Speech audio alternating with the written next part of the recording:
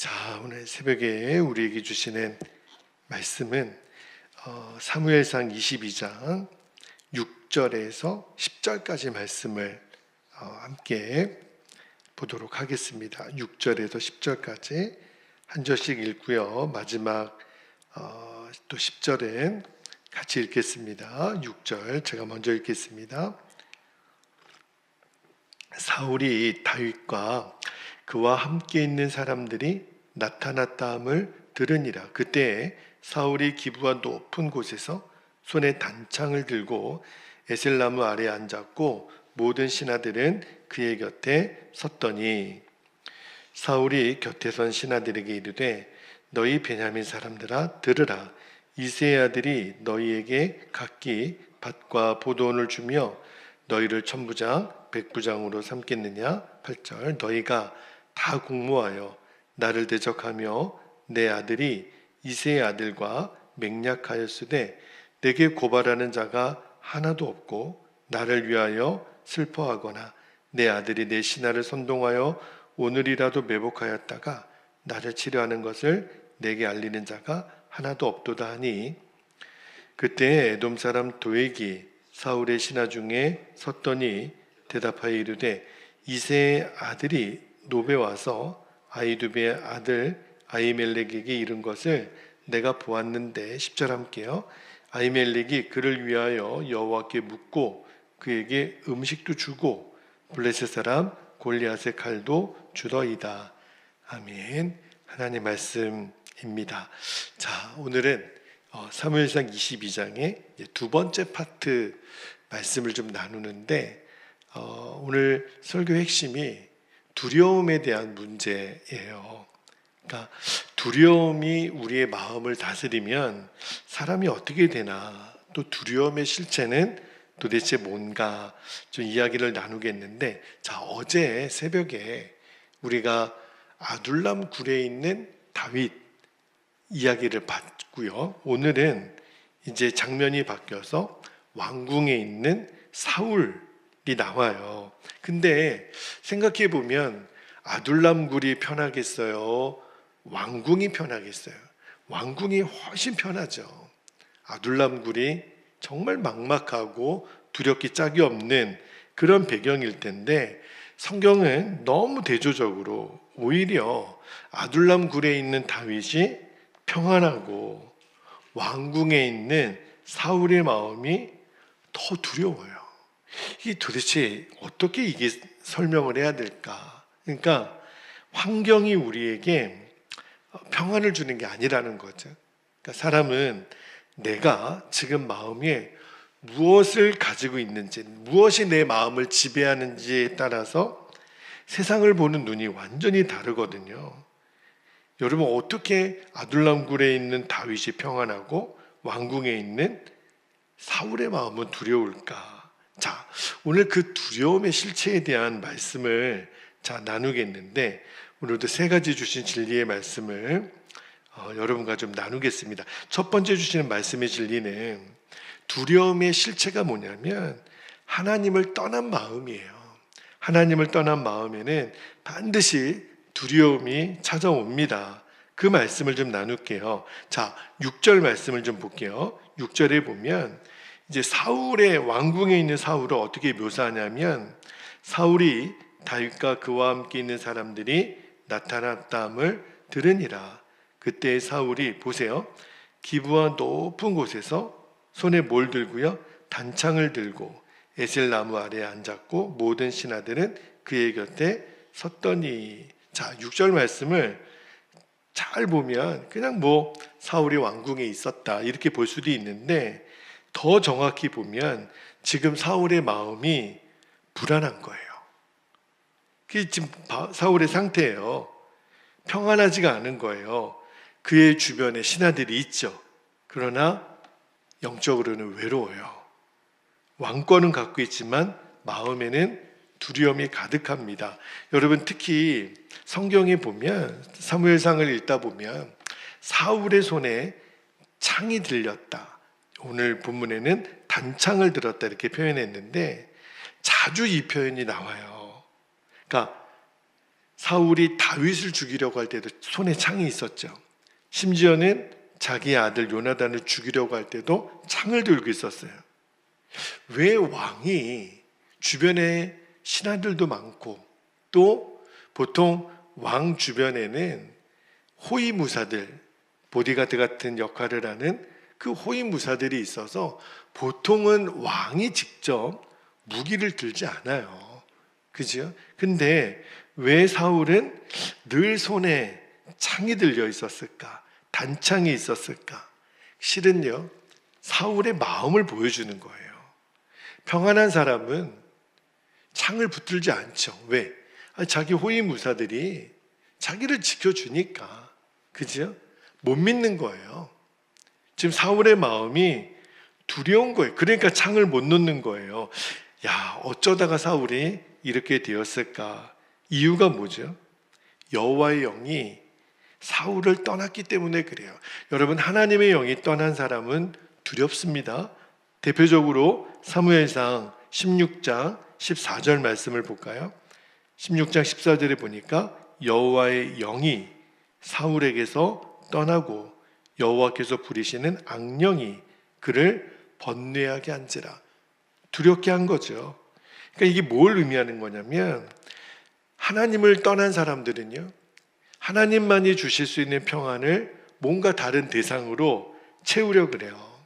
힘이 있으면, 돈이 있으면, 누구 사람이 있으면, 내가 자존심을 붙잡으면 내가 평안하겠지. 근데 안 그래요. 아무리 그런 거를 붙잡아도 내 마음이 평안하지 않는 거예요. 왜 그럴까요? 이유는 진짜 평안은 환경이 주는 게 아니고 하나님이 주시는 선물이니까. 그죠? 그러니까 우리도 잘 보면 언제 우리가 마음이 불안하죠? 기도가 줄어들잖아요. 걱정이 생겨요. 그러니까 기도하고 두려움은 반비례해요. 기도가 강력하면 두려움은 작아져요. 말씀도 그렇죠. 말씀을 멀리 한번 해보세요. 작은 일에도 불안합니다. 예배가 식어지잖아요. 사람의 말에 금방 휘둘려요. 지금 오늘 우리의 마음을 다스리고 있는 게 무엇인지, 믿음인지 두려움인지. 내가 겉으로는 믿음 있는 척 할 수 있어요. 그러나 두려움이 내 마음에 가득한 사람은 오늘 사울처럼 불안해요. 오늘 여러분에게 평안을 주는 믿음으로 충만하시기를 축복합니다. 자, 두 번째 주시는 말씀의 진리입니다. 그래서 두려움의 또 하나의 실체가 뭐냐면 두려움은 계속해서 사람을 의심하게 만들어요. 자, 오늘 7절, 8절 말씀을 보면 사울이 아들 요나단도 있었어요. 근데 막 분노를 쏟아내는데 뭐라고 말하냐면 자, 7절, 특히 8절 한번 볼게요. 8절에 보니까 너희가 다 공모하여 나를 대적하며 내 아들이 이새의 아들 다윗이죠. 맹약하였으되 내게 고발하는 자가 하나도 없고 나를 위하여 슬퍼하거나 내 아들이 내 신하를 선동하여 오늘이라도 매복하였다가 나를 치료하는 것을 내게 알리는 자가 하나도 없도다 하니. 여러분, 이 8절 말씀을 잘 읽어보면 사울의 마음이 느껴지나요? 어떤 마음이죠? 지금 아무도 못 믿어요. 그냥 외톨이 같은 느낌이에요. 뭐라 그래요? 너희가 다 나를 배반했다. 심지어 아들까지. 여기 반복되는 표현이 뭐냐면 나를 대적하여. 그러니까 자기 곁에 아무도 없다는 거예요. 마치 홀로 남겨진 사람처럼. 여러분, 이게 왕이 할 이야기입니까? 근데 이게 두려움의 특징이에요. 사람이 두려움에 빠지잖아요. 믿을 사람이 아무도 없어요. 아무도 믿지를 못해요. 그리고 현실보다 늘 크게 부풀려서 생각을 하는 거예요. 사실 누가 지금 사울을 미워합니까? 누가 지금 사울을 죽이려고 그래요? 왕인데. 근데 생각은 지금 사울이 완전히 피해망상에 빠져 있는 거죠. 너희들이 다 나를 미워한다고. 지금 매복하여서 나를 죽이려고 그런다고. 다 나를 공격한다고. 사실이 아니잖아요. 자기 혼자만 그렇게 생각하는 거예요. 그러니까 이게 죄의 무서운 특징이에요. 자꾸 현실을 왜곡합니다. 그러니까 상상의 나래를 펴는 거예요. 없는 일도 만들어내는 거니까.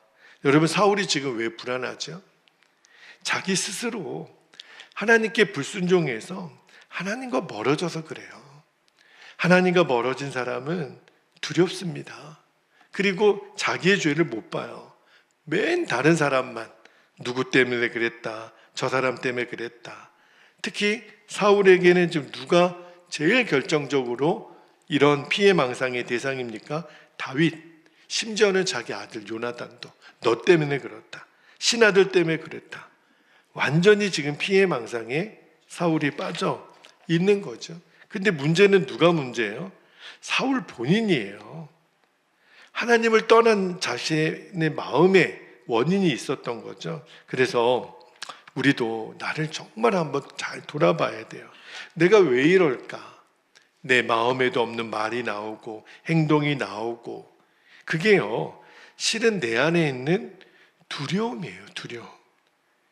내 마음속에 두려움이 크니까 자꾸 피해망상적인 생각이 나오고 왜곡하고 부풀려 말하고.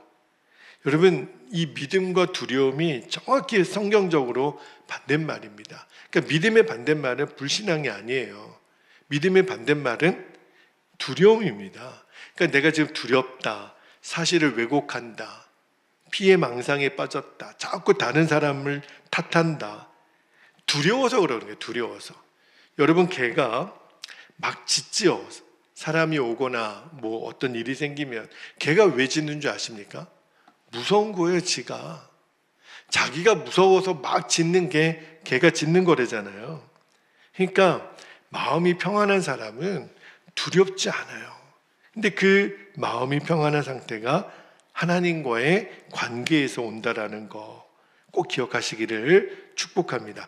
한 가지만 좀 더 나눌게요. 자, 오늘 세 번째 나눌 말씀의 진리는 악한 말입니다. 이 악한 말이 공동체를 무너뜨리는데 오늘 의외의 인물이 한 명이 또 등장해요. 그렇게 불안하여 떨고 있는 사울에게 완전히 그 불난 곳에 기름을 끼얹듯이 누가 나타나냐면 에돔 사람 도액이 등장합니다. 자, 9절과 10절에 도액이란 사람이 뭐라고 말하냐면, 보세요. 9절에 그때 에돔 사람 도액이 사울의 신하 중에 섰더니 대답하여 이르되, 잘 보세요. 이새의 아들이 노베 와서 아이두미 아들 아히멜렉에게 이른 것을 내가 보았는데 아히멜렉이 그를 위하여 여호와께 묻고 그에게 음식도 주고 블레셋 사람 골리앗의 칼도 주더이다. 자, 지금 도액이 사울에게 고자질하는 거예요. 저 아히멜렉 제사장이 다윗을 도와줬다는 거예요. 근데 틀린 말은 아니죠. 그게 팩트예요. 도와준 거 맞아요. 근데 여기에 교묘한 문제가 있어요. 뭐냐면 사실은 말하지만 진실은 숨기는 거예요. 여러분, 사실하고 진실이 똑같은 말이 아닙니다. 자, 팩트는 맞아요. 그러나 진실은 숨기고 있어요. 뭐죠? 아히멜렉은요, 다윗이 사울에게 쫓기고 있다는 사실을 몰랐어요. 그죠? 그러니까 당연히 왕의 사위고 또 왕의 측근이니까 그 사람을 도와야죠. 그래서 떡도 주고 칼을 준 거잖아요. 근데 그 사실은 도액이 말하지 않아요. 의도가 있는 거죠. 왜요? 왜 이렇게 도액이 말을 하는 거죠? 그 사실을 전함으로 인해서 사울의 분노를 이용해 가지고 자기가 한자리 하려고, 자신의 입지를 높이려고. 굉장히 악한 사람이에요. 이 도액이라는 사람. 무서운 사람이죠. 그러니까 거짓말만 죄가 아니라 자기가 유리하게 편집해서 말하는 거, 이게 굉장히 무서운 죄가 될 수 있다는 거죠. 사실은 맞아요. 그러나 의도가 악하죠. 왜요? 상대방을 무너뜨려서 어떤 자기에게 이익을 얻게 하려는. 그러니까 지금 사울이 얼마나 지금 두려움과 분노에 가득합니까? 그거를 이용해서 자기가 뭔가를 얻으려고 하는 이 마음을 하나님이 기뻐하실 리가 없죠. 그래서 야고보 사도가 이 혀에 대해서, 말에 대해서 굉장히 경계하잖아요. 혀는 작은 불이라. 그러나 여러분, 작은 불씨가 이게 한번 불만 붙으면요 산불도 일으키잖아요. 그죠? 그러니까 내 말 한마디로 인해서, 틀린 말은 아니에요, 팩트를 전하기는 했어요. 그러나 의도가 악한 거예요. 그러면 공동체를 무너뜨릴 수 있다는 거예요. 반대로 한마디 위로의 말이 사람을 살리죠. 여러분, 한번 내가 하는 말을 잘 돌아봐야 돼요. 내가 지금 사람을 살리는 말을 하고 있나, 죽이는 말을 하고 있나. 그죠?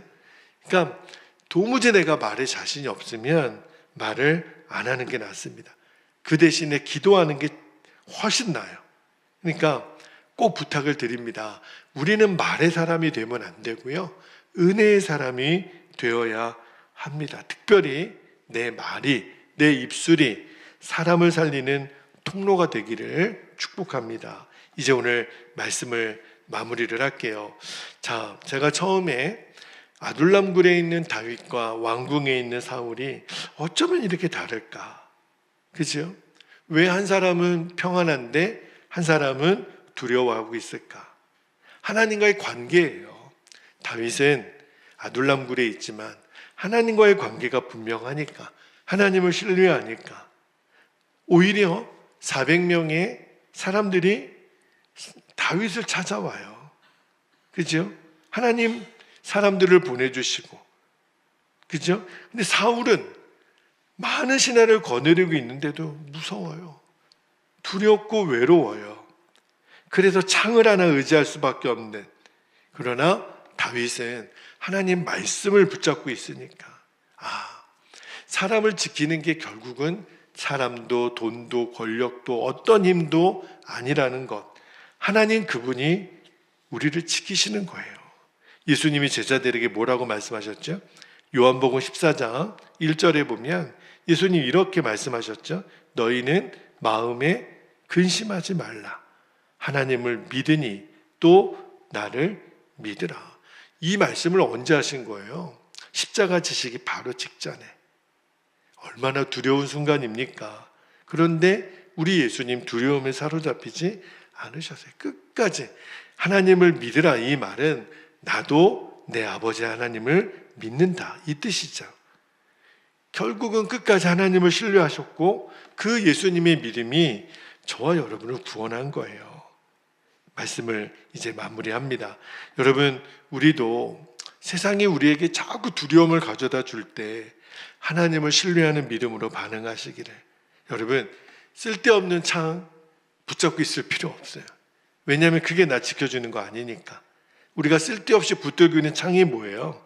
상처, 불안, 염려, 사람을 향한 의심, 이거 붙잡고 있으니까 그게 나를 평안하게 해주는 거 아닌데, 그 창을 내려놓고 이제 하나님 손을 붙들기를 축복합니다.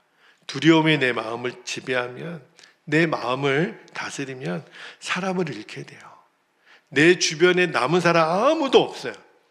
그러나 믿음이 나를 다스리면 하나님의 살아계심을 경험하게 됩니다. 여러분, 우리의 마음을 하나님께 다 맡기고 오늘도 믿음으로 승리하는 하루가 되시기를 주님의 이름으로 축복합니다. 이제 우리 기도하겠습니다.